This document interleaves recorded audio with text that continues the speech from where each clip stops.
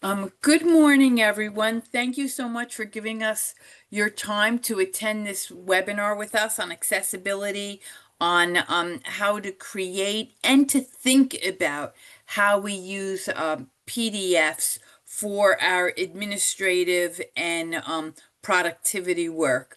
I'm Sherry Prupis. I'm Director of Teaching and Learning with Technology, supporting all 23 of the colleges, and it's a pleasure to have so many of you on board, recognizing with your time and your efforts how important it is that we make all our materials accessible.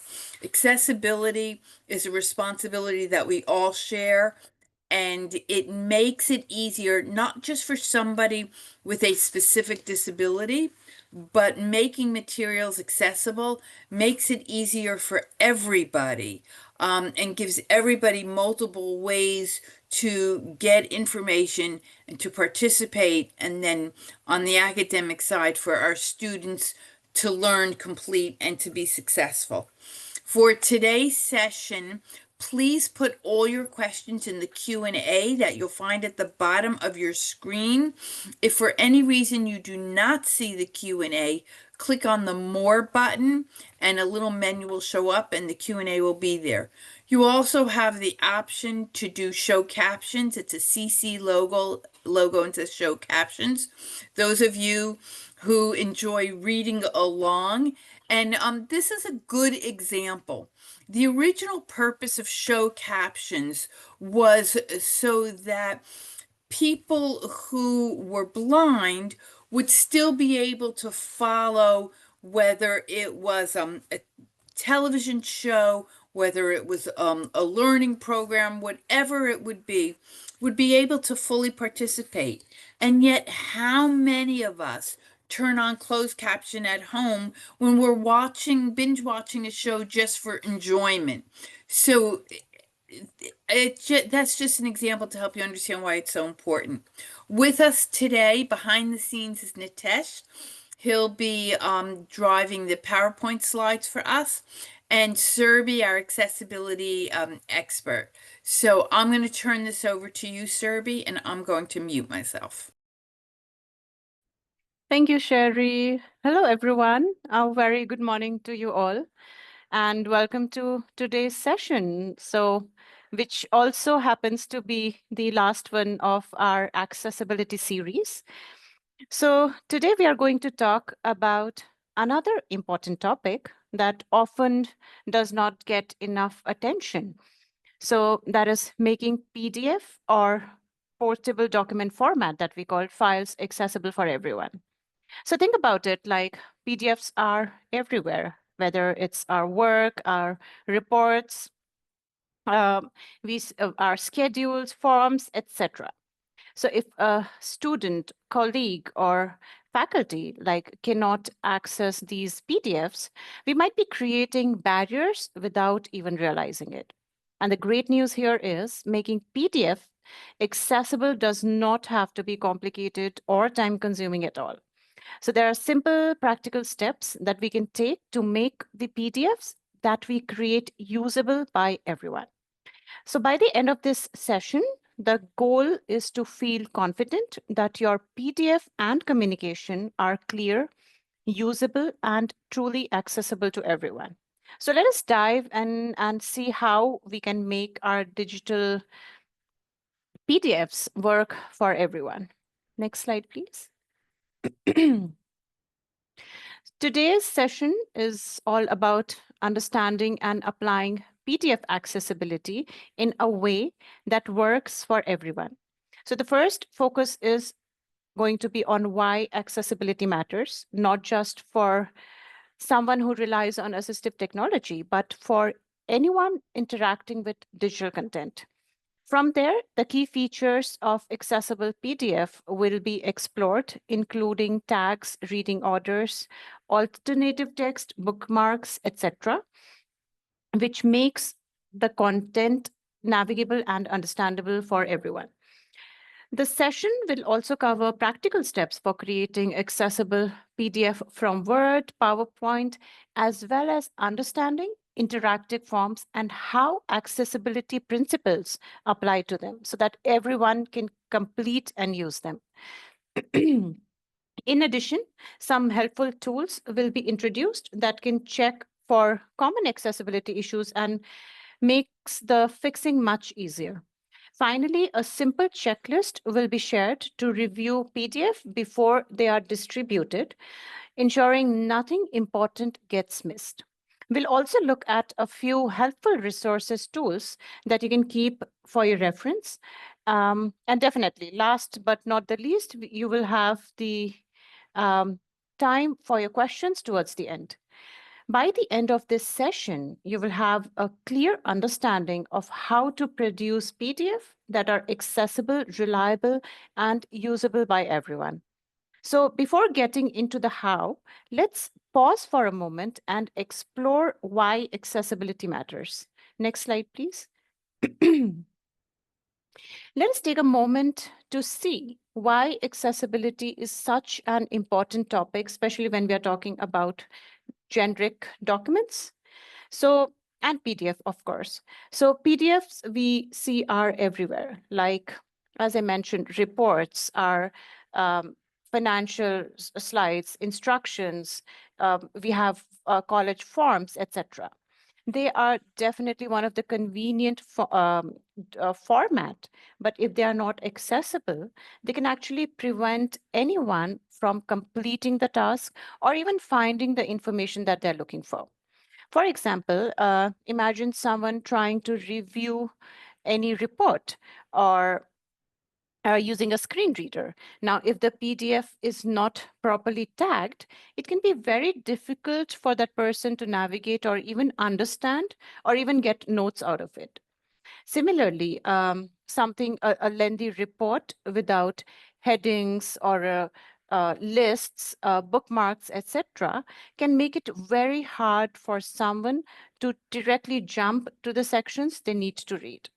So accessibility definitely matters for compliance. That is, college universities must meet standards like Section 508, the Americans with Disabilities Act, and the WCAG guidelines. But beyond legal guidelines or compliance, accessible PDF makes work easier for everyone. So documents are easier to read, simpler to navigate, and more reliable for everyone. Even a simple PDF like a guidebook or a scheduled sheet becomes much easier to use when headings are structured or tables are accessible and images have alternative text. So accessible PDFs are not just a checkbox, they actually improve the experience for everyone. Next slide, please. Let us now get into understanding tags and reading orders. We have discussed tags in our last session, but trust me, it's worth having a recap here. So you can think of tags like digital labels or instructions behind the scenes of your document. So they tell assistive technology like screen reader what each piece of content is. Now, in a real-time scenario, imagine walking into a grocery store where none of the aisles are labeled. No signs saying fruits, dairy, or bakery, just shelves full of stuffs. You would probably spend a long time wandering around trying just to find something very simple, like a loaf of bread, maybe. And that is exactly what happens with if the PDF is not tagged. And for someone, especially who's using a screen reader, just a wall of content with no guidance or structure. So in a digital document, each of these tags do a specific job. For example, heading tags mark sections like overview or policies, helping screen readers jump quickly to the right part of the document. Wherein paragraph tags identify regular block of text, that is your main content, explanations or descriptions.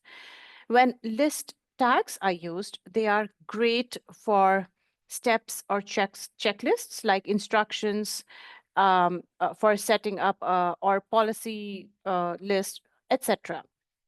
If the list tags are not provided, a screen reader would just read everything as one long sentence. Similarly, table tags are equally essential when sharing things like a schedule, a grading chart, research data, etc.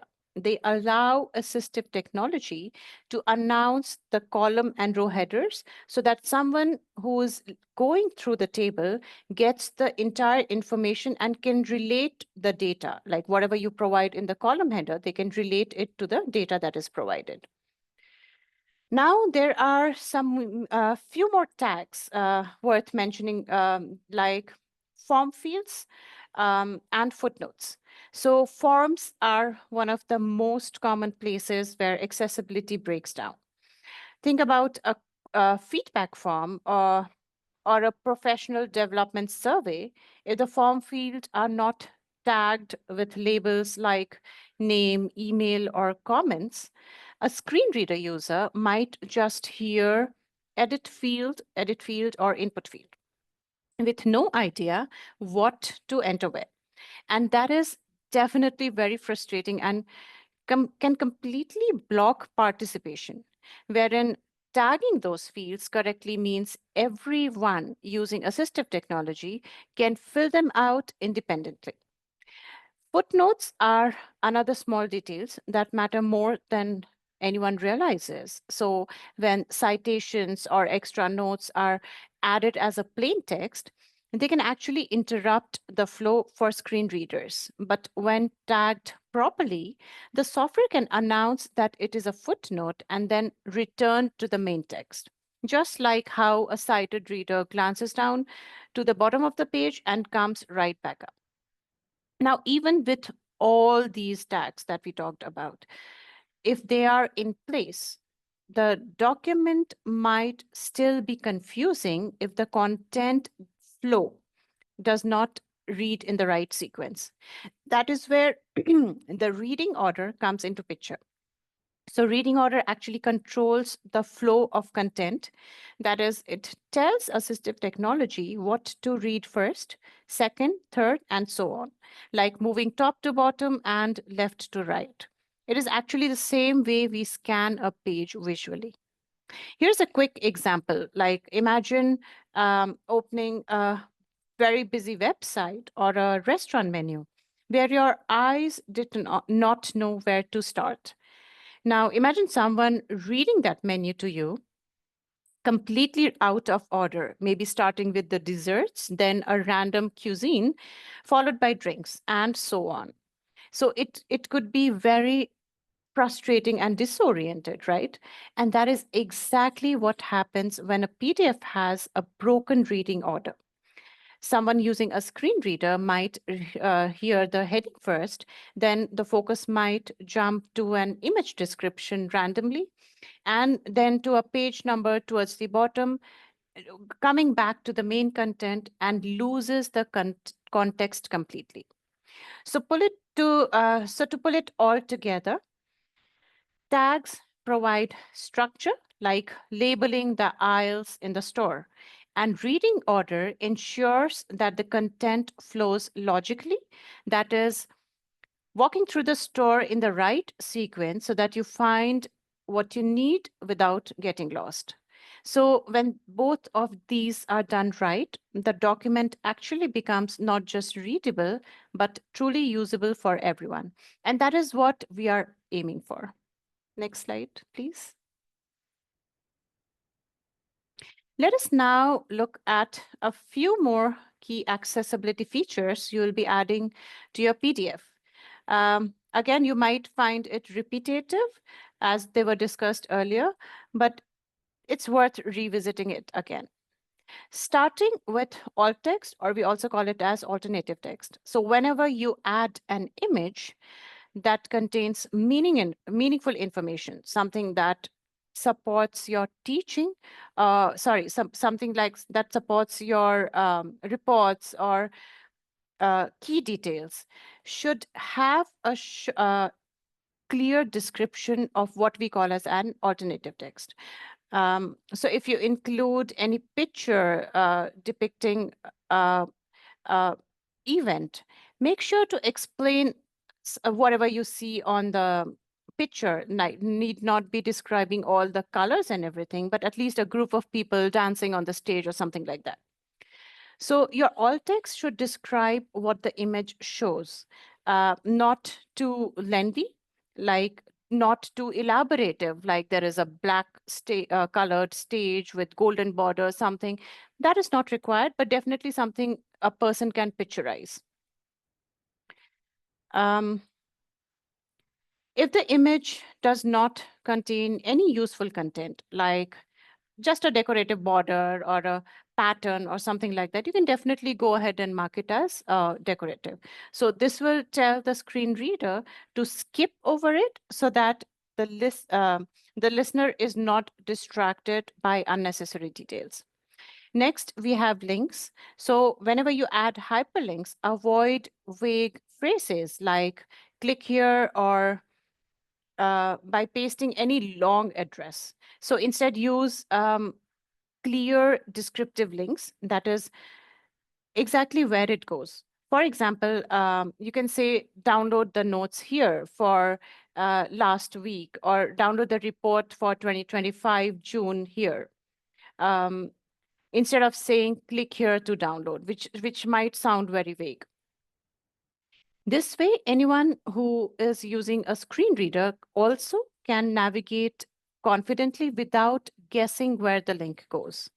Also, be careful with links that are embedded within images. And definitely, this is very important because we often share it in emails and most of our communication.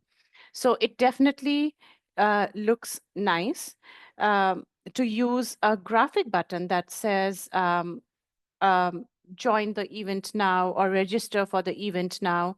But if that image does not have an alternative text, a screen reader might skip it entirely.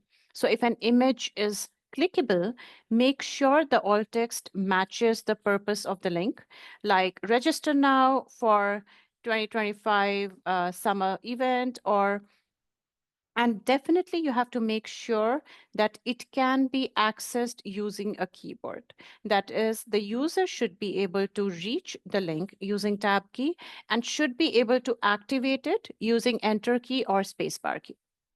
Now let us move to bookmarks. So bookmarks are extremely useful in longer PDFs, like a handbook or I would say a guidance or any report or a proposal. They act like a built-in table of content, letting users jump directly to the section they need, whether they are using a keyboard, a screen reader, or navigating quickly on the screen.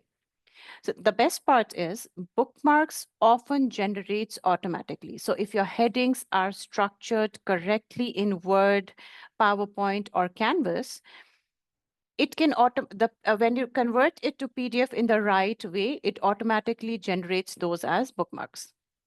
That is why using proper headings from the beginning saves a lot of time later and improves the experience for everyone. Now, another important step is setting up the document language. So before exporting or saving it as PDF, always set the correct language in Word or PowerPoint. It will take only a moment, but it definitely helps screen readers specifically pronounce text correctly, especially for names, foreign language, any particular campus terms, etc. Also remember, the main goal is to make the original document accessible first before converting into PDF. Whether you are creating content in Word, PowerPoint, or Canvas, build accessibility as you go. When the original document has correct headings, alternative text, descriptive links, bookmarks, right language, those features carry forward when you export it to the PDF in the right manner. So instead of retrofitting it later using different tools and AI, you're actually baking accessibility in from the beginning, which saves a lot of time and makes your document accessible for everyone. Next slide, please. Let us now talk about how to structure your document in Word or PowerPoint before exporting or saving it as a PDF. Now, we'll be talking about headings, tables, links, etc. But this is where it all comes together. So today is less about what they are and more about how to use them right from the beginning, so that when you save your file as a PDF, it is already accessible. The main idea here is quite simple. Accessibility starts early. So if you use the built-in tools in Word, PowerPoint, Canvas, etc., like heading styles, list formatting, table tools, that structure carries over when you save your file as a PDF. That means your PDF will already have most of the proper tags in place without fixing a lot of things later. Let us start with headings. A common habit is to make text look like a heading by just changing the font size, making it bold, or underlining it. Visually, that looks fine, definitely. Um, but for a screen reader user, that is just a bold text, just like any other text in middle of nowhere. So it does not register the heading as a section break or a navigation point. So instead, use the heading styles in Word like heading 1, 2, heading 3, etc. You can find them in the Home tab under the Styles group. Just you need to do is highlight your text and choose the heading level that you prefer. For example, heading 1 could be your report title.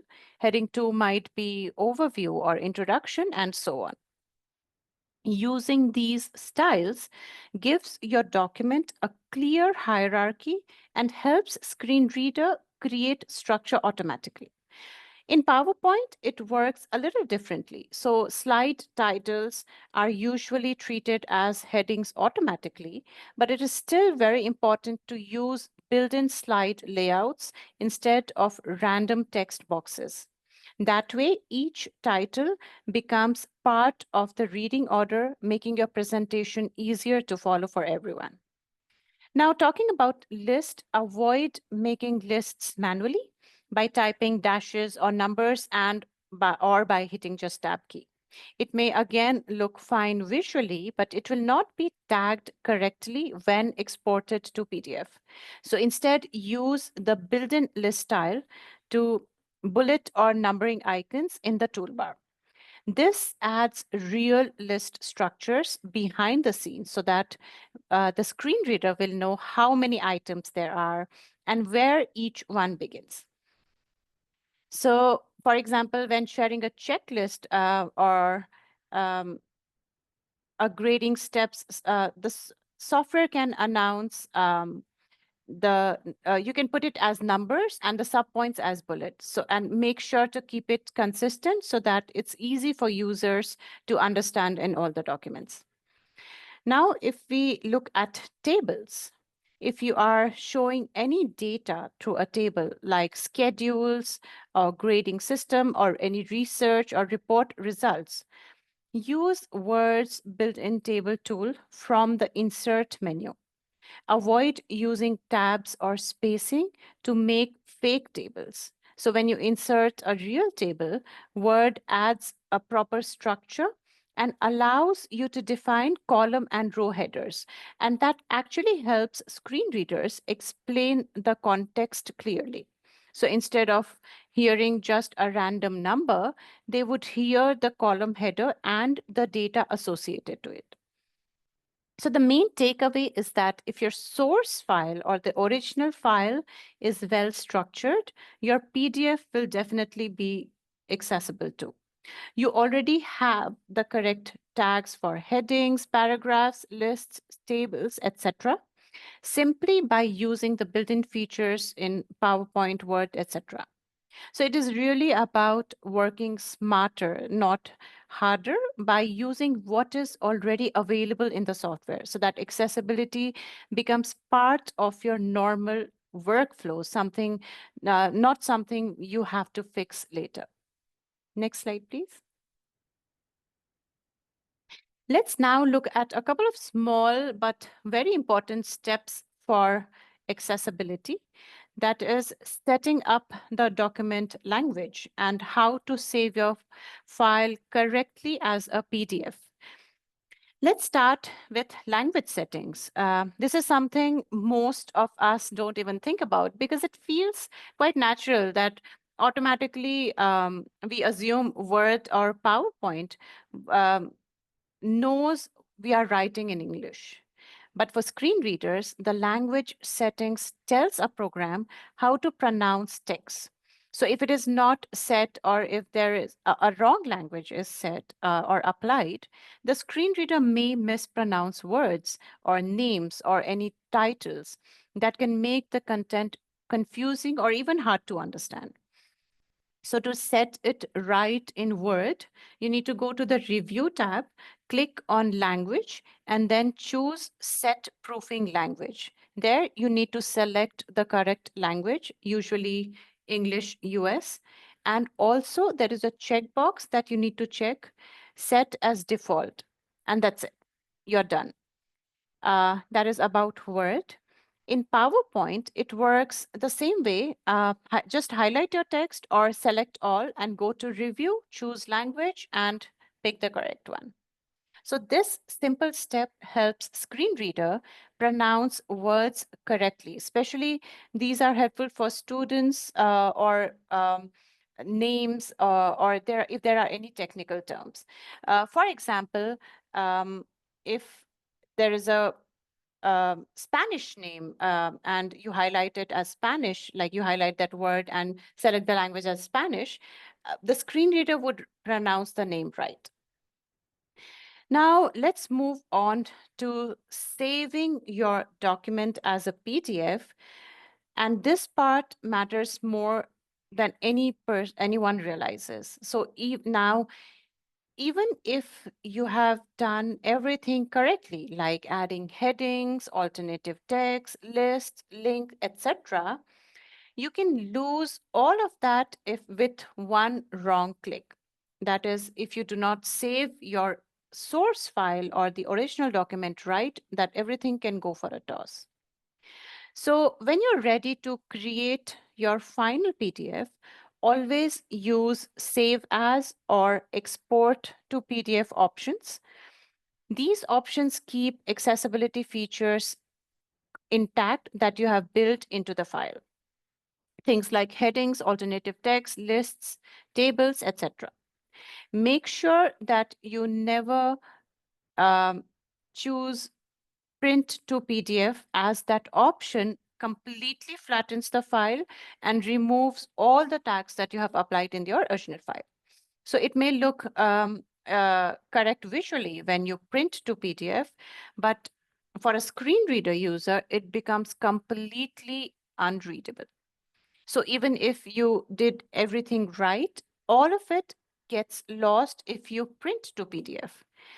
Now, to save it the right way in Word, you need to go to File and then click on Save As. Definitely choose a location where you want to save. And under Save Type, Save as Type combo, select PDF. Now, before clicking Save, you would see a Options button in that Save As dialog. Click on the Options button. In that window, make sure the checkbox Document Structure Tags for Accessibility is checked. That will ensure your tags like headings, lists, etc., will keep it in a proper structure when it is converted to PDF. You would also see another checkbox that is create bookmarks using heading. You can check that as well, where whatever heading tags you have provided will automatically be saved as a bookmark also in the PDF. definitely, which is very helpful for lengthier documents or reports. Once both the checkboxes are checked, click OK and save it. So this way, your file is now exported with accessibility features intact and converted to PDF. So just to give a recap, set your document language so that screen reader pronounces the text correctly. Use save as or export to PDF options. Never print to PDF, and always check that your structure tags and bookmarks are included when you save it.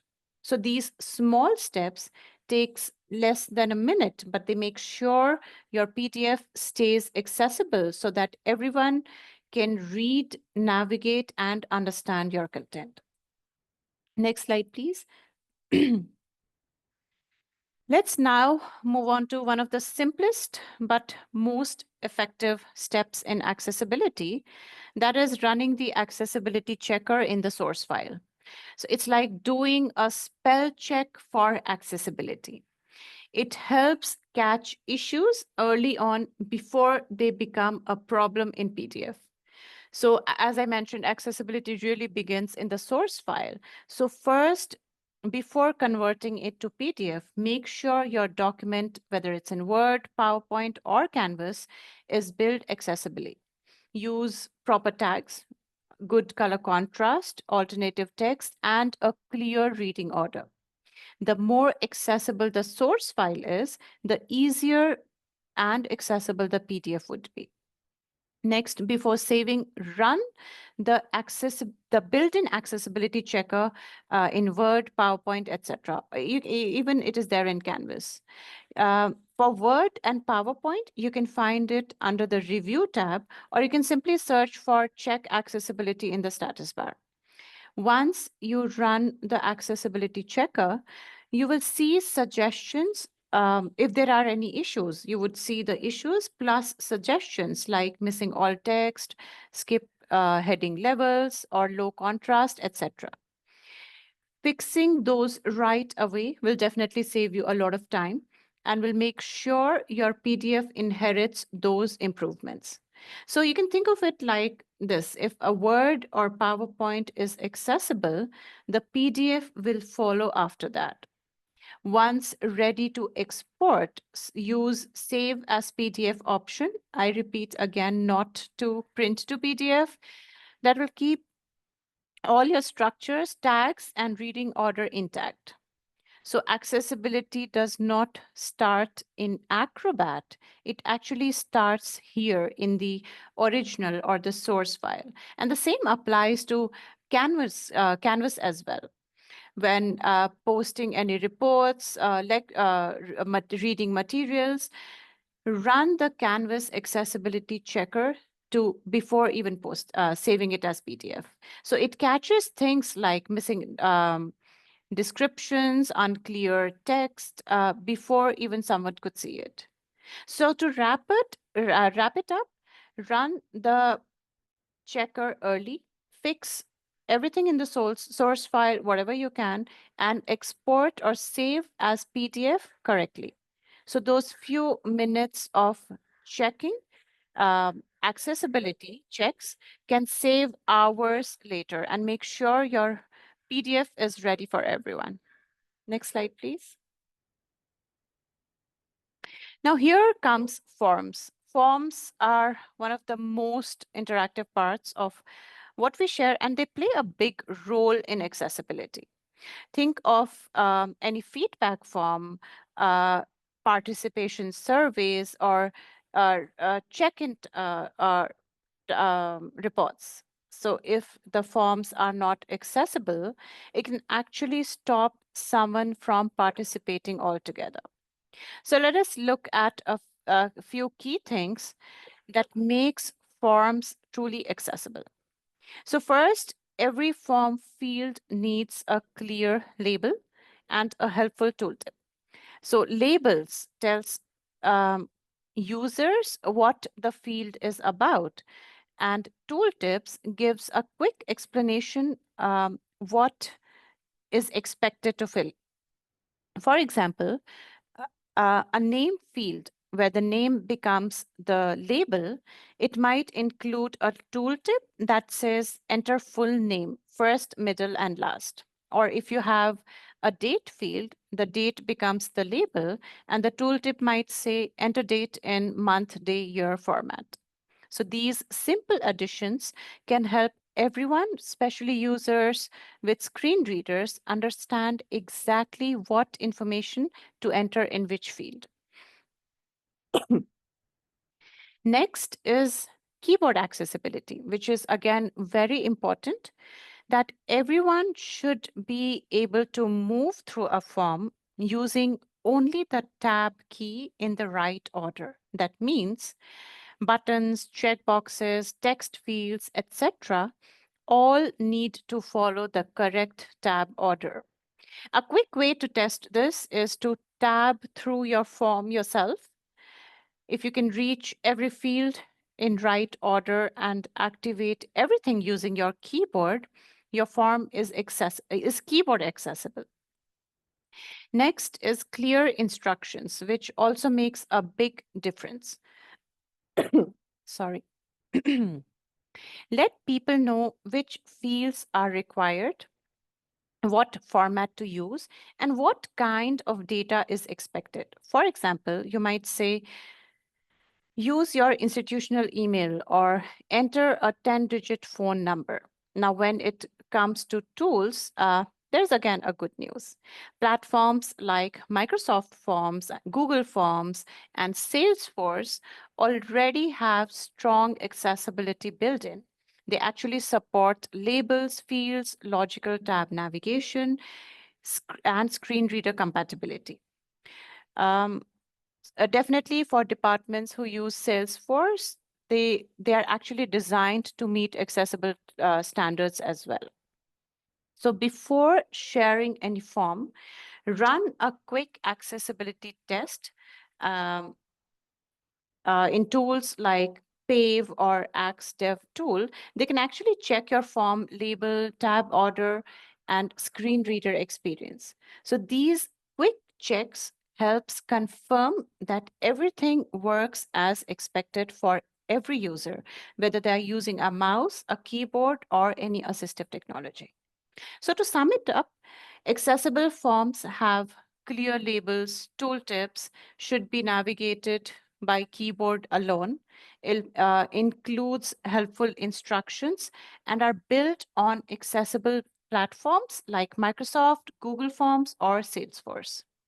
Taking those extra minutes to test and refine will make sure that everyone can fill out and submit your forms with ease without depending on anyone else.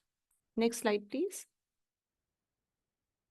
Once your form fields are in place, the next step is to make sure user can actually navigate through each field smoothly just using the keyboard. This is where tab order comes into picture. So the tab key should move through fields in a logical sequence, usually left to right, top to bottom, just like someone would read it visually. And the same principle applies to backward navigation when using Shift tab. Users should be able to move through fields in reverse order without getting lost. For example, if you take a look at the image on the slide, you can see numbered labels showing the tab order across the form fields. Now, if that order is not set correctly, it can become a frustrating experience for users relying on a screen reader or keyboard.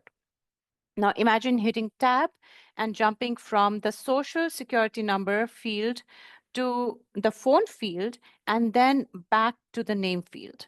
It can be very confusing, especially for lengthier forms. So it is worth spending a minute to check that everything flows in the right order. Now, next, let us talk about buttons. So any interactive buttons like submit, reset, or next should have a clear label, definitely, that tells users exactly what it does. So instead of a vague label like submit, you can say something like submit application or send request. That way, users, especially using assistive technologies, will get the full context. Now, if your buttons trigger any scripts or actions like sending a form or opening a new page, make sure those actions can be triggered with a keyboard alone, not just a mouse click.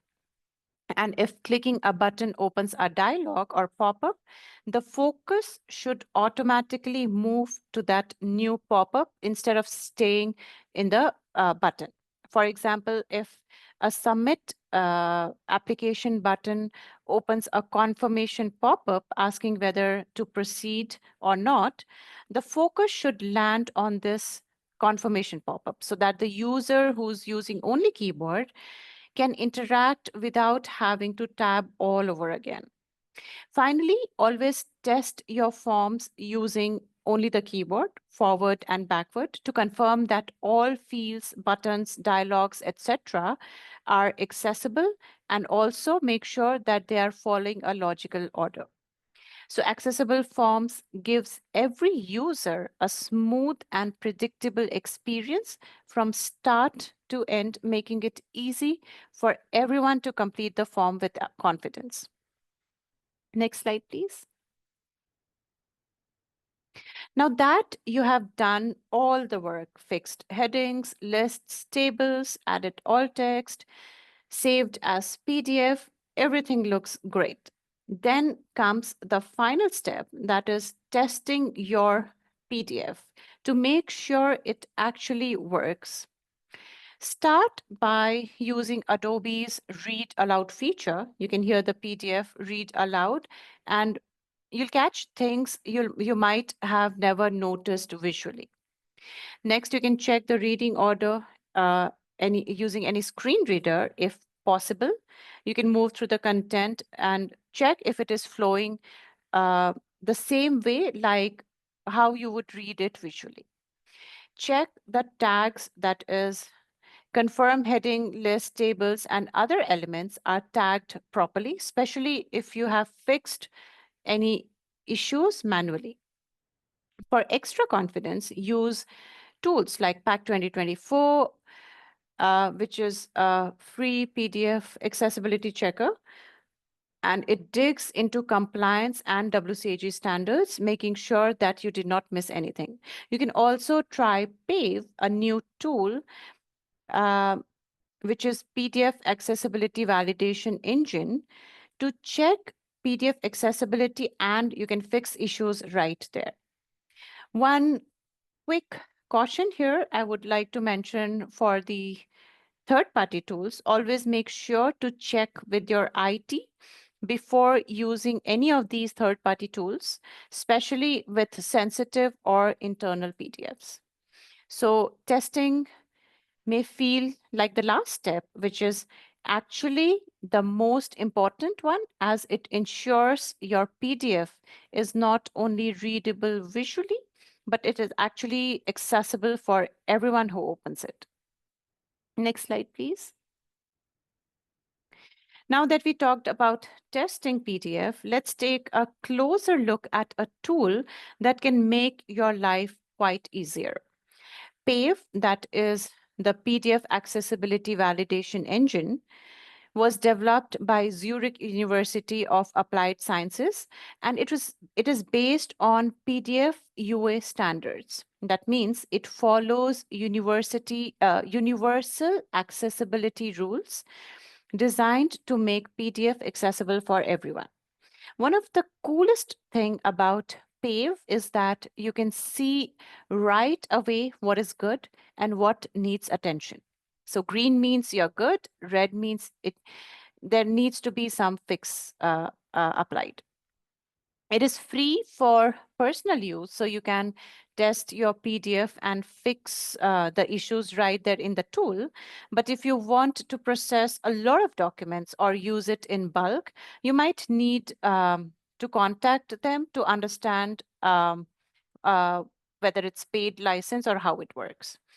Also, keep in mind, not everything is automatic. That is, PAVE will definitely guide you showing where fixes are needed, but some manual corrections will still be up to you. So how does it actually work? It's actually very simple. You upload your PDF right on the PAVE website. The PAVE scans and automatically corrects whatever it can, and then it will guide you through the rest step by step so that you can make the manual fixes yourself within the platform itself. Once you're done, you can download your newly accessible PDF, and your file also stays in PAVE server for up to 3 weeks unless you delete it manually. Again, I would like to give a quick disclaimer here. PAVE is a third-party tool. So before uploading any sensitive or internal document, do check with your IT or data security team to make sure you're following the privacy and data rules right. So using PAVE is like having a friendly accessibility assistant, which can actually help you spot issues, fix some, guide you how to fix rest, and makes sure your PDF is accessible for everyone. So it is a great way to double check after you have already done the work in your original document, and adds that extra layer of confidence that a document is truly ready to share. Also, it is truly beneficial for the existing PDFs, especially for those where we don't have the original or source document is not provided. Next slide, please.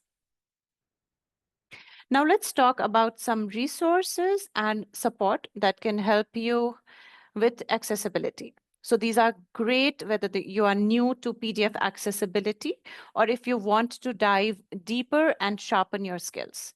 So first up, we have Microsoft Forms, which has accessibility guidelines that walks you through creating forms that are accessible and user-friendly. Next, Salesforce Forms also offers accessibility resources, especially if you are building forms for internal or client use. For testing PDF, PAC 2024 is a free tool that goes beyond just the basic checker and helps ensure compliance. We also have PAVE, the PDF accessibility validation engine, which we discussed just before this, great for spotting issues and guiding manual fixes. If you want to understand the official guidelines, WCAG 2.1 Quick Reference breaks down accessibility rules into simple, easy to scan checklist. WebAIM also provides a PDF accessibility guide with practical tips and step-by-step advice for making documents accessible, especially from Word or other formats. Again, I would say before using any of the free tools, make sure you check with your internal IT team. Now, these tools are your toolkit for accessibility success, making sure every PDF and form you create is usable by everyone. Next slide, please. Before we wrap up, let's do a quick recap of key points from today's session. The best way to create accessible PDF is to start early, that is right in your original Word, PowerPoint, or Canvas files. Use built-in styles for headings, text, lists, etc. That gives structure and makes navigation easier. Add alternative text for images and make sure to add descriptive links so that user knows what they're accessing. Set the document language right before exporting it. That helps users read your content correctly. When your file is ready to save, use Save as PDF instead of Print to PDF, which will keep all your accessibility features intact. Once your PDF is ready, run the run the checker. Once your original document is ready, run the accessibility checker and fix any issues in the original file itself.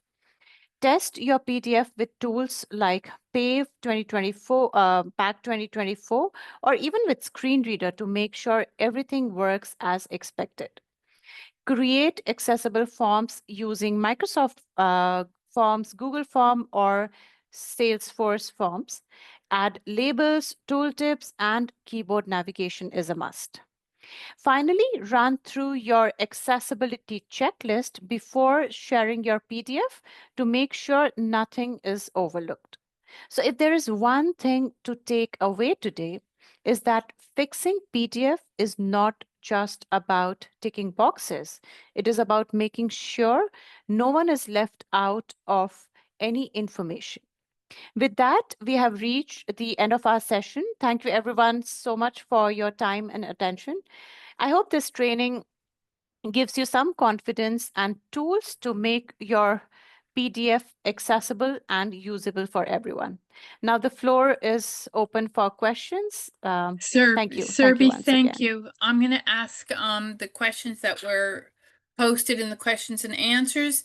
And also, we will send the questions to Serby and Tesh, and they will also provide us with written things. Serby, is it easier to create a PDF from scratch, or is it easier to remediate an existing PDF? Definitely, it is always easier to create accessible document and then convert to PDF. So I would say your original source file, if you make that accessible, your more than your 60, or I would say 80% work is done there. It is already accessible when you convert it to PDF, but make sure you convert it in the right way as we discussed today. Mm. And then there was a question about organizational charts or flow charts in general. And so I wanted you to hear my response and comment on it. I said one is if you have an image that has complicated information in it, the alt text is just a title. It is not enabling the end person to really see the content within it. Then they need to use the long description, correct? Definitely, Sherry, you said it right. Okay. Oh yes, we're sharing the slides. Everybody's so we will handle this offline.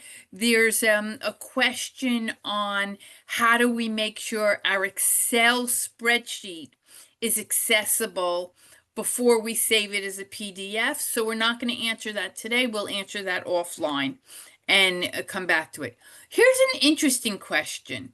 One of the folks uses dark mode when she works in Microsoft Word. So when it says the contrast is hard to read, is it because the text is really hard to read, or is it because it's in dark mode? So it is not because it is in dark mode. It is something because the contrast is not set right. So if I give you an example of both the scenarios, first, the dark mode.